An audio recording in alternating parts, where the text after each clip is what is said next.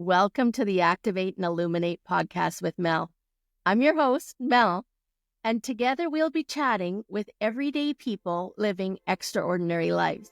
So they've learned how to activate their potential and are helping to illuminate others. So I hope you will join me in listening to their journey. And if you like what you hear, and I think you will, I'd love for you to like, subscribe, and share it with your friends and family. The world could use a lot more activation and illumination. Have a great day. Well, hello and welcome to the Activate and Illuminate podcast. Today we have Shari, and you are going to want to listen in to this conversation. We are having an authentic, real conversation about so many different things. I'll give you just a little bit of a teaser. So Shari is a mom to a nonverbal autistic child. She's artistic. She has been able to connect to spirit since she was young. She was also a former sex worker. And she was raised Catholic and has always been interested in the spiritual side. So we're going to go into so many different topics, you guys. But welcome, Shari. And I'm so excited to be here. Yeah. So maybe we'll just start out probably what fascinates me, being the mom of a nonverbal autistic child. I've recently been watching, I don't know if you've seen it, the Telepathy tapes. Okay. It's a podcast on nonverbal children, and it's so fascinating. As a mom of an autistic child, tell us, why do you think that you've had the opportunity to parent him and what you're learning from this? I feel like a lot of it was or is that when I'm the opposite. I was talking extremely young and have not shut up since. It's interesting to me because I've always been the exact polar opposite and have spoken, my feelings and my thoughts, and an only child as well. So I didn't have any siblings. So kind of eyes were all on me, youngest of the generation on one side and oldest on the other. So there was a lot of center of attention on me. And, he is so inward where I definitely have maybe 50-50 or 40-60 depending, but I'm pretty extroverted. And he is very introverted. And so I've had to learn to sometimes go inward, whereas I think, a lot of people have that other polar opposite, but mine was definitely more on that extreme. And, for most of my life has definitely been more on the extreme, center of attention, liking stage type person. So yeah, I think there's a lesson there was that, how do you just shut up, and how do you start listening and paying attention to somebody.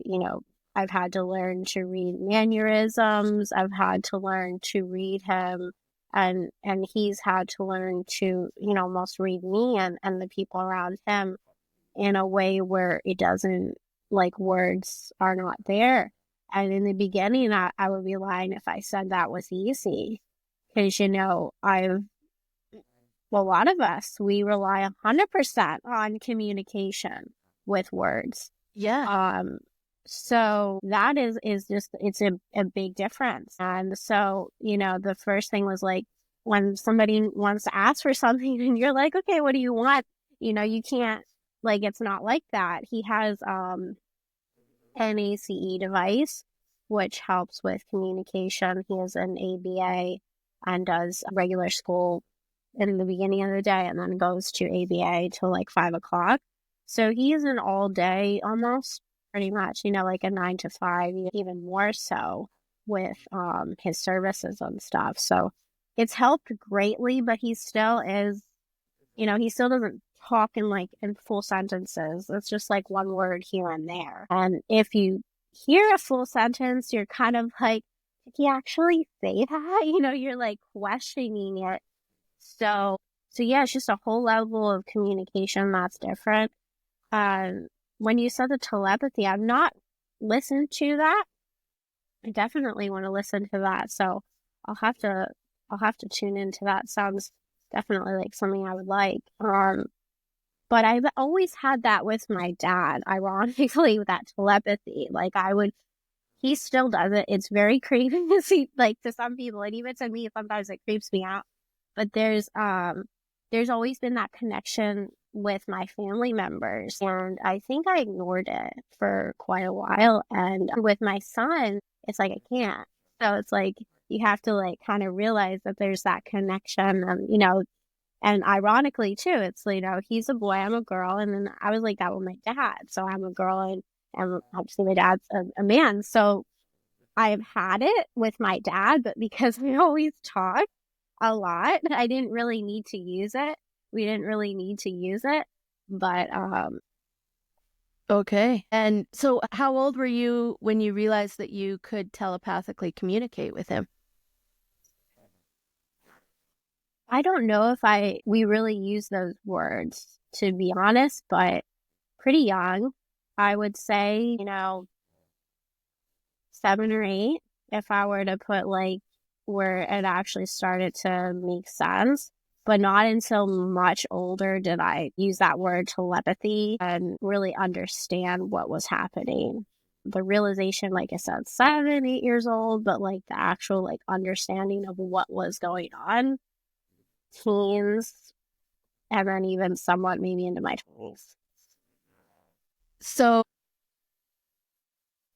do you think your dad felt it too? My dad is extremely religious, and so, he probably wouldn't use that word telepathy, but yeah, we always had that connection. Same with like his mother and me. Like she was like a more relatable thing, and I think a lot of people maybe experience this where you're thinking about someone, or you're thinking of calling someone, and you do it, and they call you and they say, "Oh, I was thinking about you." That's like the little hint Yeah. there. Yeah. I find that happens a lot with me. I'm usually the caller. I feel like I can pick up on the impulse to call, less often the callee. So your dad knew this early on with you? Oh yeah, we always had a strong connection, for sure. Okay. I had a very strong connection with my mom, but my mom was a work career woman. So my dad was around a little bit more. And so I developed a very strong connection with my dad. And then my mom, I didn't develop until probably after 10 and starting to get into my teens, which makes sense because when you're starting to become a woman, like I started out around 11. That's when I started to really connect to my mom. Okay. Now, are both your parents, they're not here? My dad is Oh, still okay. alive. My mom is not. My mom Okay. passed in 2017. Okay. All right. So tell me like how you got into the adult industry. How did that happen? So kind of by happenstance in a way, I started doing a little bit of the online stuff, like when probably not a lot of people know, but let's say 2011 is when the cam modeling started to really come to, a thing. And I started exploring it like maybe 2012, somewhere in there. And I was only like 19 at the time, so very young. And then by the time I became 22, 23, I was like, I've always been like a very in-person person. Like I love online and I love tech, but like I've used that kind of as a gateway for a lot of my stuff. So that's probably going to hold true for the things I'm developing now. Like the online is the gateway. And then I do the in-person thing. And so that's what happened is I reached out to a couple model agencies, but one in particular in Miami, and then they flew me out literally like next day. So it was that quick. I was just literally Googling, looking for an agent who would represent me. And I sent over some headshots and stuff like that. And he was like, okay, get on a flight, let's go. And it just kind of all went from there. Okay. So you went looking for it, you found it. What kept you in it? Was it the actual work? Was it the money? Tell us. So for like a lot of people, I think they see and perceive, because that's what's online and just out in the world, that it's easy money. And it's fast, but it's not easy. Yeah.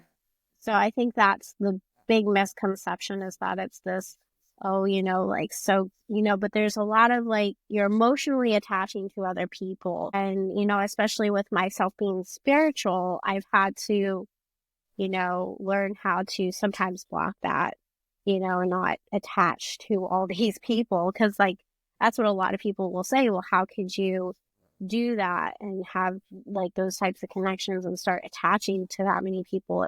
It gets really heavy.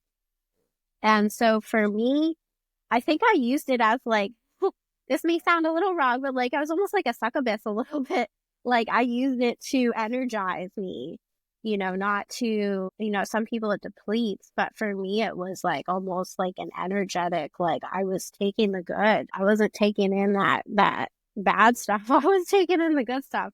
Maybe sometimes, without realizing that I take in some of that bad energy, but I was always wearing crystals, and diamonds and stuff like that. And those are really protective of, that stuff, and gold. Like I always wear that stuff because I always felt like it kind of repels it a little bit on an energetic level. And I was never in it. Like some people did get in it for the wrong reasons, like for you could have more money to get bad things, but I never drank. I never did drugs. Like I never did any of that.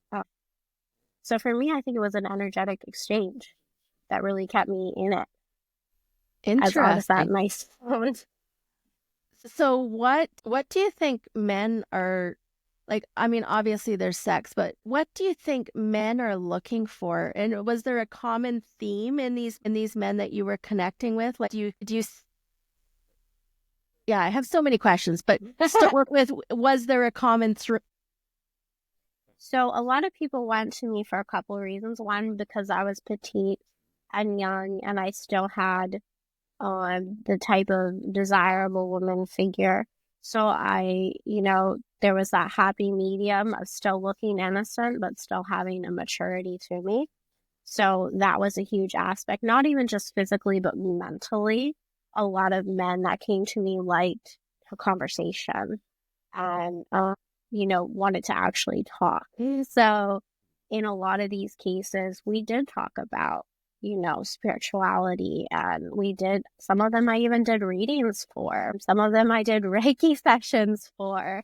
Like, so there was a spiritual level there, especially with my regulars. And then there was the fetish side of things, which is, I'm very petite. So a lot of people liked my feet. So I know that's like all over the internet sometimes about the foot fetish. So I never did really much of the online, but my membership site when I had it was like all just fetish. So there really wasn't like much, if any, like sex. It was all like feet, kissing, and like that type of stuff. So that was also a huge part of my clientele, which I ended up just doing the fetish stuff because it was literally, men worshiping me and my body, and not even like the sexual parts of my body as much, but like my feet. So, yeah, that was fun. And, I think that too is like a huge energy booster. And, yeah. Interesting. So it was basically connection. They were searching for connection. Yeah. Yeah. To answer the question, they were searching for that. And, yes, like the fantasy. So for the two is like a fantasy, a connection, searching for something. Some of them married, some of them not, but I would say probably a majority were married, whether they were all truthful and that their, significant others knew was like for debate. But yeah, they were looking for that fantasy. And also somebody, especially with a fetish, accepting, because a lot of people, when you're in a relationship so long and you find out somebody has this fetish, sometimes it could be a shock. Like, you're not used to that or in that community. Sometimes they're very judgmental. So these men are coming from, their marriage where their wife wasn't accepting of this fetish and maybe gave them a pass or didn't. And so they feel shameful. And so like I would come and I would embrace that and say, no, it's okay. Like it's not abnormal. Trust me. I have many people that are into this, and give that feeling of like acceptance that it's okay to be into this stuff. It's not weird or, bad, because it was never like, it wasn't stuff that really should have been viewed as bad as somebody likes feet. That's not, so yeah. Yeah, so you were just basically an open sounding board that was making them feel parts of themselves fully accepted. Mm-hmm. Yeah. That's Yeah. beautiful, right? I think so, yeah. Yeah. Yeah. So, what would you say were your favorite traits in some of these men? A lot were so smart. Like, I love to have a good conversation. And I think that is another thing that when you ask, like, what kept you, they're very smart individuals, very educated, and not even just like in a traditional sense, and like a world sense too. Like, they're not, I had all ages too, like from younger to older. It was like, there really was no limits. So all like I gained so much knowledge in investing and relationships even. Yeah, at that time I was already in the process and divorced. So, when going through that and, legality, like so much, because I've had lawyers, I've had doctors, I've had, so very intelligent individuals who, were willing to share like this stuff that to me, that's better than money. You know what I mean? To get all this knowledge from people all around, even the world. I've had people from Europe, from Jamaica, like all over the entire world. So it's like I was getting all this worldly knowledge, and some of it you take with a grain of salt. It's like you don't always want to like, you think about it, but like there's so much knowledge there. And to me, that was like, it's even better, like than anything they could have paid me, because they're sharing with me their life experiences that I then can learn from and say, okay, I don't need to go that route because this is what kind of could happen. And like, you get to gain all this knowledge. What would you say was the riskiest, or like, I don't want to say dumbest, but the riskiest thing or the hardest situation you ever found yourself in?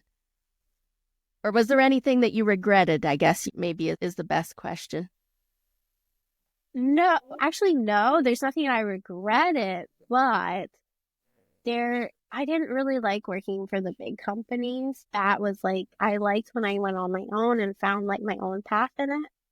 I guess the only real thing I don't even want to say regret, but one thing I could have done to enhance my career was go to like LA area in California, and I never did it. Just because I kept getting pushback not to go there for whatever reason. I don't know, but there was a huge, like, I was in Florida, so that's a smaller industry, like a smaller pool of people and very rich people, yes, but California is on this like other level. But I just kept getting pushback not to go there. So if anything, like thinking in hindsight, if I were to change anything, I still would have took the shot, even if it didn't work out. But that would have been the only like real, I guess, regret you could say, is that I never took that leap and went to LA and explored what was there. Interesting. LA today, as LA burns, it's just not the place to be. I know. And it's like, that was the decision in the very beginning, was, do I stay in Florida or do I go to the valley there? And I just I always had this like, I thought about it in the technical, the analytical side of myself, like the taxes. I don't love the government, the housing situation. I like to have a decent sized place to live. I don't want to be living in a small shack. That's what kept going back for me was like, I was like, I need at least like 3 bedrooms, 2 bedrooms minimum. And like, they want mass amounts of money for these little places that are they're not updated at all. Like, I might as well so I stayed away honestly, the housing was probably the biggest bummer for me. Interesting. Oh, okay. Do you feel that being part of that industry gave you a better body image? Yes, and I feel like no in some regards because it is extremely judgmental. But I think, when you have somebody saying you look beautiful and you look nice and all that, like over and over again, then yeah, it gives you that boost of confidence. But you have to be careful because then you're getting, could go a little egotistical there. So you just have to keep yourself in check in that way and not get too big headed or think you're some sort of like gift to, everything. But yeah, it could be a booster, but it also could make you feel some type of way because there are people who like all different kinds of women. So some like, different sizes. And so you can't let that get you either because you're never going to be something that you're not. I'm not going to be a tall woman. That's just never going to happen. Even with all the surgeries in the world, I'm not going to be a tall woman. So I can't expect a man that is in love with tall women to love me too, And I think anyone can learn from that. It's like, you have to come to a realization that there just are some parts of you that no plastic surgeon, Botox, no fillers are ever going to do and make you something that you just are not, Yeah, the sense that I get from you is that you have a very firm grounding and sense of self. And I just feel like, yeah, like you have such a grounded sense of self that, some people could probably go through this experience and come out not necessarily on the same trajectory, right? But I feel like so would you say that you have a very high sense of body image? I think so. I struggle too. I had a child where I had a very hard pregnancy. I don't really talk a whole lot about it because I don't want to scare other moms.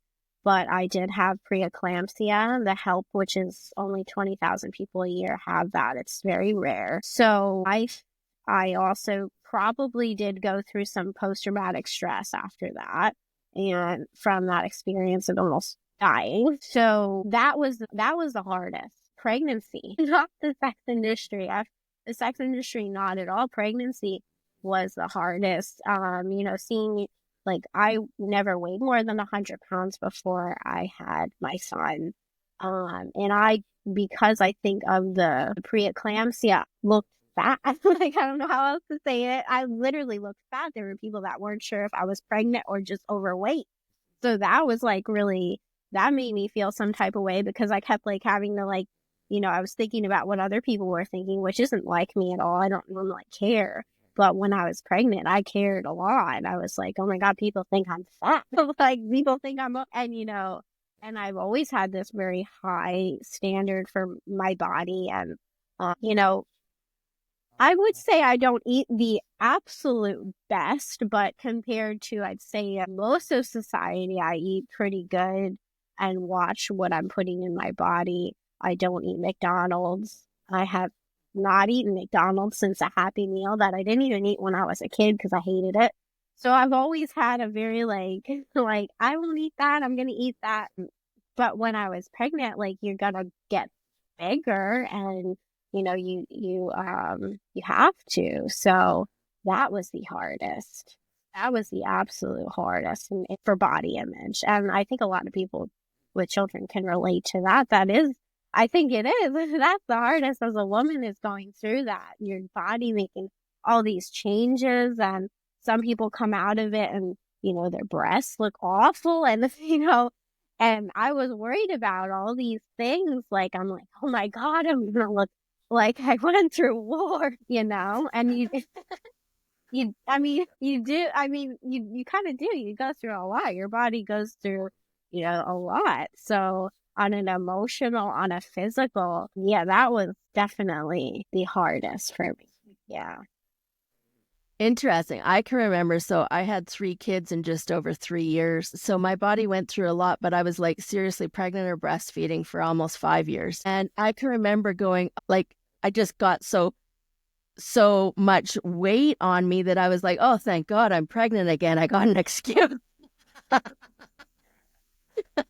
So I experienced a little bit of the opposite. But so now there's a couple areas I want to go to, the spiritual side of you, and like we haven't really gone into it yet, but you are a little bit of a social media maven, you might say. And you've really mastered some of this social online world, and some of your business skills, from what I know of you, are quite profound.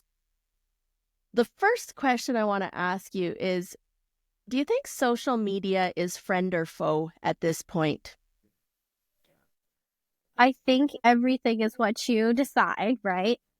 First and foremost, if you decide to make it a foe, it's going to be. If you decide to make it a friend, it's going to be. And so I've decided that it is friend. And I absolutely love social media. I know there is a lot of negative noise out there because, especially here in the United States with the election, I have a lot of friends who are not happy with the way that things have gone. And I've kind of kept quiet that I'm extremely happy because, not to go into politics at all, but there's a lot of opposing viewpoints. Let's put it like that. And I think that is making people worried about Facebook or Meta, as the whole brand is. The way of the United States and how things go can 100% affect the rest of the world.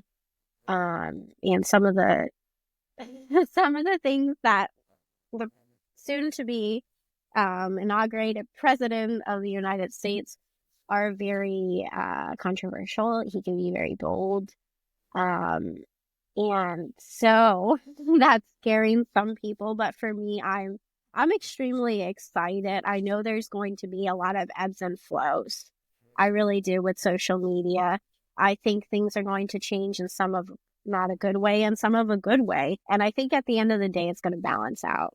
And I think both sides are going to be happy, but one side is going to be pissed for a little bit about certain things because they're not seeing the full picture. We have a lot of people who are very detail oriented, which is good. But I think what a lot of people are missing out is this full picture of how things will come out in the wash. And I think when some of this stuff comes out in a wash, everybody's going to be happy. So I'm looking forward to that. And that is what I see on a psychic level too. Like I knew this was going to go this way. And I didn't want to put that out on social media, to be honest, but I knew how things were going to go behind closed doors. I just knew. And I've just kind of kept some of my personal views just off of there because there are some people that I love deeply, but we just do not have the same point of view. But I still want to keep them in my network because there's just that little thing that I don't agree with, but that's okay. Like for me, at least, that's okay if I don't agree 100% with somebody's viewpoints. It's just like, parenting, for example. I have my viewpoints and how I do things, but because I have a child who's different, I have to do some things differently, just with somebody with all typical children. Like we're just different. So I think, to answer your question, it's friend. I hope it remains friend. And it's just going to be interesting. As a psychic, I'm going to say that. I think it's going to be interesting. And those that are maybe listening, if you're feeling some type of way about things going bad, I just want people to reflect on maybe starting to think more big picture. Yeah.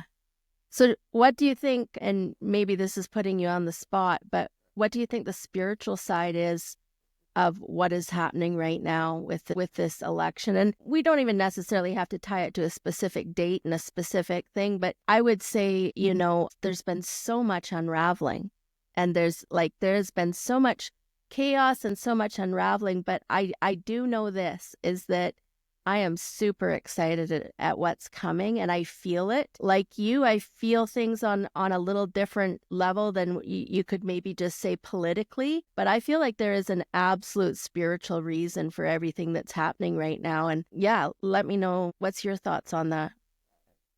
So I think that, well, one, I believe in many different dimensions. And I've kind of briefly talked about it on my social media about this. And I feel we're doing a cleansing. I think there is a lot of people that have gotten away with a lot of things that they should not have gotten away with for as long as they have had. And so I do think the other side is intervening a little bit and bringing about a little bit of a chaos. And from our points of views here in the living, is that it looks chaotic, it looks sad, but there's a lot of people in positions or in wealth that should not be in that or no longer deserve it. So we're doing a cleansing, and it looks a little messy and it looks a little dirty. And so it started with COVID. So it started there and it's continuing. It's COVID got rid of some of the people that were living too long. It's gonna sound a little bad, but it got rid of some of the people that just need to die. That sounds really wrong. I know. I don't mean it in a harsh way. And I've lost so many people that I didn't want them to go at a certain time. But I also hold a belief that everybody has a day. And that is predetermined. So, other people have different viewpoints, but that's my viewpoint. And sometimes maybe how could change, maybe, but there's a process. And so I think we're going to have a huge transfer in wealth. That's just a statistical fact, is that we're having a huge transfer of wealth right now. So if you're not a spiritual person and you're more of an analytical, which I look at both, I look at both that analytical side, and sometimes it confirms and sometimes it doesn't. But that's when I know there's a shift happening too. So to answer your question, it's a cleansing. We're going through a cleansing. It started with COVID and that's not over yet. We're going to see more, I hate to say this, but we're going to see more disasters. LA is just a start. I don't know. I've never been big on dates. Maybe I need to dive more into that, but I don't know if that's my calling, is to know these dates. But I've always been right when it comes to certain things like this. Before COVID happened, I knew something like that was going to happen, but I couldn't put it into words because I didn't know what that was yet. Nobody knew what that was yet. But I did see a trend when I think it was Ebola. I think that's when I was like, something's going to change. It was at that moment. I was like, something is off. And I thought it was going to maybe be Ebola, but that was when the light went off for me, was with that. And I knew there was something coming. And so now with the LA fires, that's another, something's coming. The LA is just the start. But if you look at where it is, cleansing, we're just going to cleanse. So it's a start, but in a good, I think it's a good thing. Not a good thing that people are going through things, but again, you have to look at it I know some people are having such a hard time with this, and in a way I do feel kind of bad because obviously I would never want to lose everything in my possessions and some of my things that are irreplaceable. A lot of people are losing these things. And I never want that, but putting myself in that shoe and having that happen, I think I would look at it as a sign that some things need to be cleansed out. Even with possessions we hold on too long, they could have an energy you need to let go. So that's why I think I move a lot, and that's why I get rid of a lot of things. And some of my parents' generation, so my dad's almost 70, so that kind of generation held on to a lot of things. But luckily I didn't grow up that way. I grew up in we don't need a lot. We get rid of a lot. And I think that's helped my energy and some of my family's member energy stay a little bit higher is because we're always doing this. But a lot of people in society, I know here, especially in the United States, if you go in some people's garages, you will find you have a little pathway to walk down, and it's all, you have all this stuff. And there's nothing necessarily wrong with it, but there actually is. It creates this clutter of the environment of the mind and stuff like that. And I think there was a lot of that in LA. We had a lot of people with a lot of greed and a lot of obsession with all this materialistic things. And they need to come back to the real way. And, people are irreplaceable.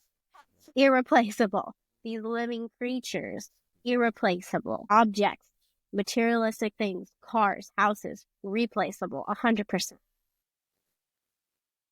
That's my viewpoint. What is your most irreplaceable item? Oh, that's hard because I've let go so much from these materialistic things. But probably just gold, my gold. My gold is the most, and I get to wear that. And my diamonds, all those things are irreplaceable. But the beauty about me putting it on that is I could put that on my neck and I could put that on my, so I could walk out of my house and say I have that. When you have all this excess and all this too much, you can't do that. So for me, it's probably just a necklace, and not these big clunky. It's not my car, even though I have a nice car and I love my car, but it's not my car. It's just a gold necklace. Yeah, nice. So back to the social media part of it. What's your thoughts on Truth Social? Social, is that a new thing that I don't know about?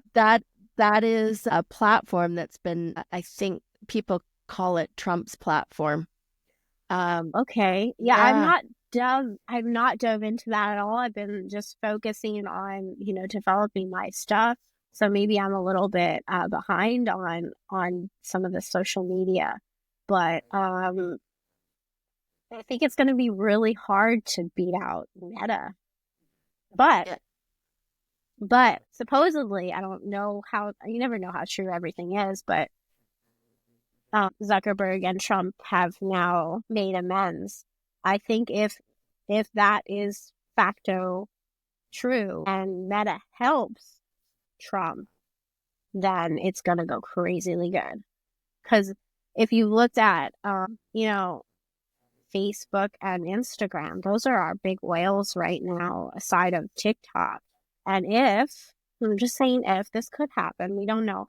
I know everybody's like all worried about this TikTok thing going goodbye. I don't know if that's going to happen. And I think it's possible Meta might buy it or Trump. I think there's a possibility one of the whales is going to buy it. I will say in numerology, Elon, this is not his year. So I know some people are speculating he might buy it, but if he buys it, that's not going to be good because he is, when you're speaking in numerology, this is a year that might not be as successful for him. So if he does buy it, things might not go his way. But if it stays with the Meta or it goes that way in the Trump, it is they're in a good astrological and numerology year. So things could go well. But Elon just needs to stay. He might know this too, because I feel like he's been quiet ever since 2025. He seems like he's been quiet. So he may have an astrologer, a psychic or someone in his back pocket telling him these things. I don't know. That's just a speculation. But yeah, I think he needs to stay quiet. Like it's the year of the snake. So it's going to be a very interesting year for sure. I had no clue that you had these astrology and numerology skills. It's fascinating. So from a year of the snake, now I got so many extra questions. Oh my goodness. So from the year of the snake and going into 2025, what do you see happening? Like, do you feel like, I feel an excitement. I feel like there is definitely an awakening happening. And there is definitely, I feel like there's, people have lost jobs, they've lost relationships, and they're rebuilding and they're finding, and I feel like in general, more people are tapping into their intuition and into their heart, and they're giving themselves permission to be in that space. From that perspective, I feel like things are just going to get better. Like they're going to get so much better. But tell me what your thoughts are for this upcoming year, like if we were to call it an astrological year for us all. Well, for one, it depends on your own placements.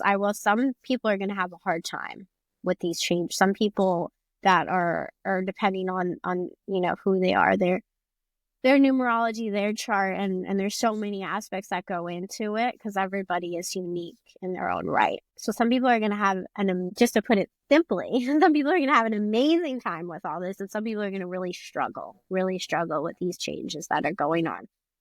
The cardinal signs are probably going to be the best. Sometimes details lose me, but it's Aries, I'm pretty sure. Aries, Gemini, I want to say Virgo, and Libra. Hopefully I'm saying these all right. Sometimes the details, because I'm very big picture. But those signs are going to have some of the best. Pisces is going to have a good time too. And some other signs. But again, it's not even just that simple. It goes by so many other things. Like, for example, I'm a life path 5. And some people look at, your destiny numbers and your numerology. There's so many things. But just because I'm a 5 and it's 2025, I'm going to have there's a lot of good things because I am aligned with that 5 energy. So other 5 life paths are going to have some good things too. But again, there's so many aspects that go into it that could make it a little more difficult. So somebody who struggles with change is going to have a difficult time, even if you don't believe in all of these, astrological things. Is if you struggle with change, you're going to have a little bit of a hard time because there's going to be a lot of changes happening really fast for some people to wrap their head around. So that's why I'm saying, I think as a whole, if we all start to think big picture and try not to be so focused on all these details, I think everybody will have a better time, even if it is going to be a little harder of a year. So do you do personal readings for people, Shari? I do, yeah. So, of course, we're going to have all of Shari's contact info and everything in the show notes, so you'll be able to connect with her for that. But you do, and so tell us a little bit about some of the other stuff that you are doing, because honestly, you are just like a broad spectrum of information. Like, I feel like you've tapped into the financial, you've tapped into the social media, you've tapped into the tech. And you have the people experience, because that's really what it is. The people and the connection experience of being able to trust your intuition and all of that. So tell us what else you're doing. So currently I have let go of all this other noise. One thing I don't want to say I hate, but one thing I think I'd love for more people to get out of their head is that a jack of all trades is a master of none. I really hope more people delete that because that's actually not the true statement. It's only half of the statement. And the true one is that a master of many is how does it go? I'm going to mess it up. But basically, what you need to pull from it is that the whole thing is telling you that if you're a master of many, it means you've mastered many things and you are actually more valuable, not less. And so many people quote this, and I want to I get a little bit triggered because for one, it's not the true statement. And for two, I am the master of a lot of things. And that is always going to be an embodiment with me. And I think a lot of people who also are like me in that aspect diminish their self-worth because they've constantly heard over and over and over again about this statement that is actually an untrue statement. So I hope that people that are listening or that have been told that deletes that untrue statement from their mind and realize that it's actually you're more valuable when you master many things, not less at all. The only thing I will add to it is when you become too scatterbrained, you don't allow yourself to focus on certain things at certain times, that's when you could be of disservice. But knowing more and being an expert in more things is not a bad thing at all. So right now, I'm taking that whole thing I just said and I am creating events. So my focus is going to be on events, and I'm going to be doing a lot of events virtually, but also in person. My first one is going to be virtual, and it's called Awakening Your Intuition. So it's all on manifesting and doing meditation in this. I will also be getting into people to really think about some powerful questions that are going to help them move forward or move in a more clear direction instead of being all scatterbrained, which we all struggle with, I think, sometimes. So yeah, I mean, it's going to help you tap into your intuition. So as an example, the best way for us to do this is to actually learn about our own symbols and our own things. A lot of people are doing this with the numbers. 111, 555, 444. That's actually tapping into your intuition when you notice these things. But you can take that a step further and have your own personal, aside from the numbers are good for sure. But also, how do you use them? You know, all those numbers have a reason for showing themselves, and a lot of people keep seeing them and seeing them because they're not listening. Because they're not listening. Interesting. So, you know, there's kind of a thought that when you're seeing them all the time, you are listening and you are paying attention. Tell me how that contradicts itself. So, it's just like, so for me, I have a lot of loved ones on the other side, and they will send me these signs, right? And sometimes they are in the numbers, but sometimes they could be a cardinal outside or something like that. But you have to read it and listen to it. It's just like if, you know, when we're kids and where people are telling us, stop doing that, that's no good for you. And then you fall, right? But the parents had to say it how many times before you fell on your face and then you go, oh, right?